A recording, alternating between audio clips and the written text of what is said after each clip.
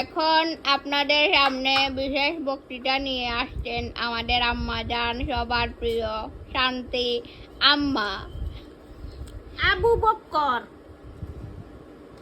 এখন আবু বক্কর ভাই তাই বয়স্ক মানুষ, তাই যে বয়স আমি তানে বাই ডাকলাম। আর তুমি যদি মাইন্ড করো না তে তোমার ছবি দেখিয়া আমি তোমারে বাই ডাকিলাম। তে আবু বক্কর আফা, আপনারা সবাই মিলে ইসলামিক বিনোদনমূলক পোস্ট করলে ভালো হয়। আবু বক্কর আপনারে কইয়ার আমি ভিডিও বানাই, আমি বিনোদনের লাগিয়া গৌরব হইয়া আমার একটা ভিডিও খোঁজায় কোনো জায়গায় যদি যাইতে আপনি দেখতে পারেন আমার বাইরা ভিডিও।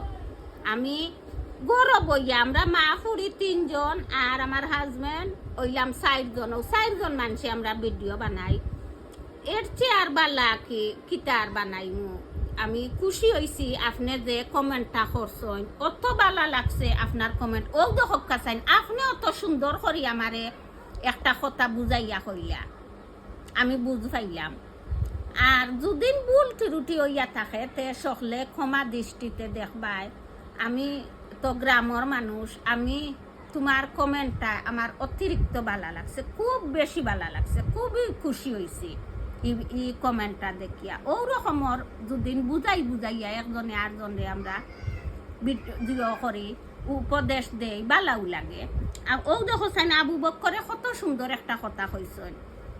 তাই তো গালিয়াইতে পারেন, তোমার তান লাখান তো তাই বুথ নাই।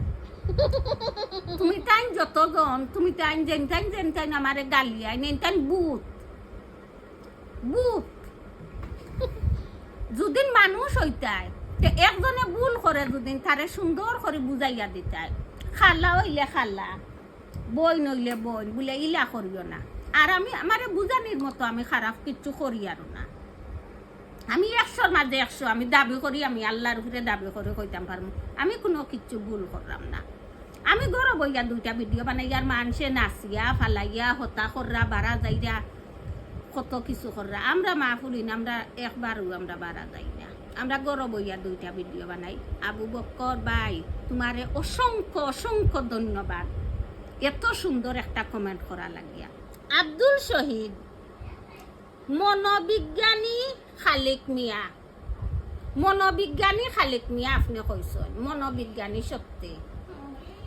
এটা অনেক মানুষ যারা অতিরিক্ত মনে করক যে কোনো জিনিস লইয়া চর্চা করে, পড়া লইয়া বই পড়া, তান কিন্তু খুব বেশি বই পড়ার তান দিও।